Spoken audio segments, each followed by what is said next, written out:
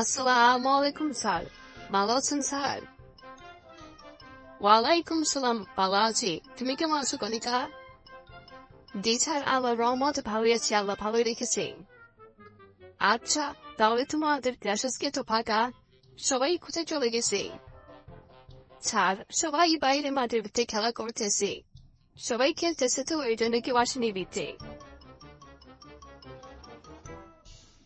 আচ্ছা, তাদের ডাক দাও। তারা খেলতেছে, খেলবে, পরে খেলবে, এখন ক্লাস করো। না স্যার, তারা আজকে খেলবে। তাদের সামনে ক্রীড়া খেলা আছে, এর জন্য আজকে খেলার প্র্যাকটিস করতেছে। ও আচ্ছা, তো তুমি গেলে না, তুমি খেলা জয়েন করবে না? নাকি তোমার কোনো কিছু পছন্দ হয় না?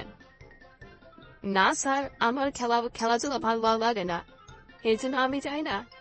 এই জন্য আমি ক্লাসে বসে আসছি, আপনার ক্লাস করবো একাই। আচ্ছা, তাহলে যে আমি পড়া দিয়েছিলাম পড়াগুলো শিখেছো?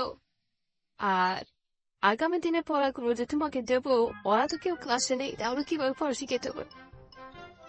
আচ্ছা স্যার, কোনো সমস্যা নেই, আপনি আমাকে পড়া ধরেন, আমি পড়া বলতেছি। আর পড়া আজকে না পড়া দিলেও কালকে পড়াই দেন, কারণ যেহেতু ওরা নেই, এরপরে আবার কালকে থাকবে, শোনে আমার রিভাইজ হবে। না থাক, আজকাল পড়া ধরবো না, সমস্যা নেই। তো আজকে তুমি বসে থাকো একা একাই, যেহেতু কেউ নেই, আজকাল ক্লাসটি মনে হয় চলে যাই। আচ্ছা স্যার, আপনার ইচ্ছা। তো আচ্ছা, তাহলে আপনি চলে যান, আমি ক্লাসে বসে বসে পড়া শিখতে থাকি।